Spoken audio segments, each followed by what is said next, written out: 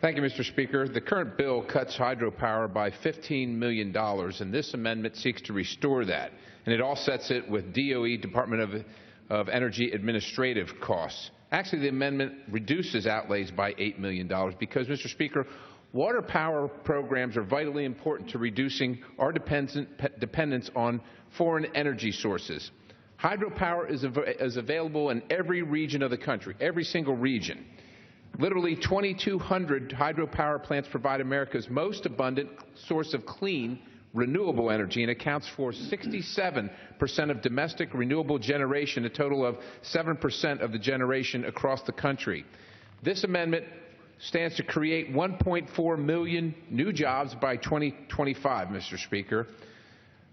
And this would be harnessing a truly renewable and green source of energy. Let me just talk about some of the advantages of hydro as opposed to wind and solar.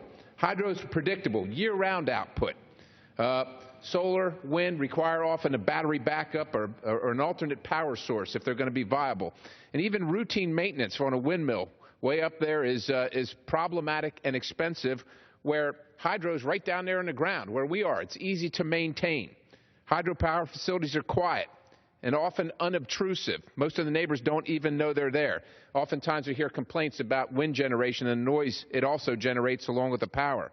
And hydropower, I think this is the most important, is base load. It is a base load source of energy. It occurs 24 hours a day, 365 days a year, right?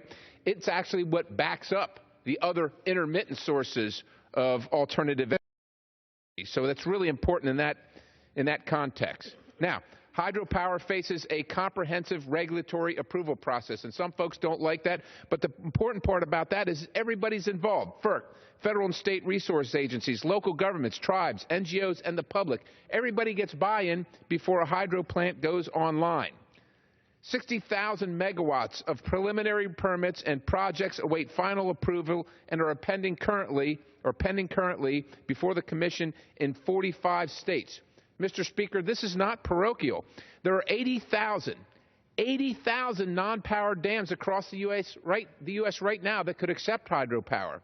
There are 600 have immediate capability to produce energy right now. That's 80,000 and 6,000 across the country. Correction, 600 right now. Pennsylvania itself has 678 megawatts of untapped power in the form of hydro.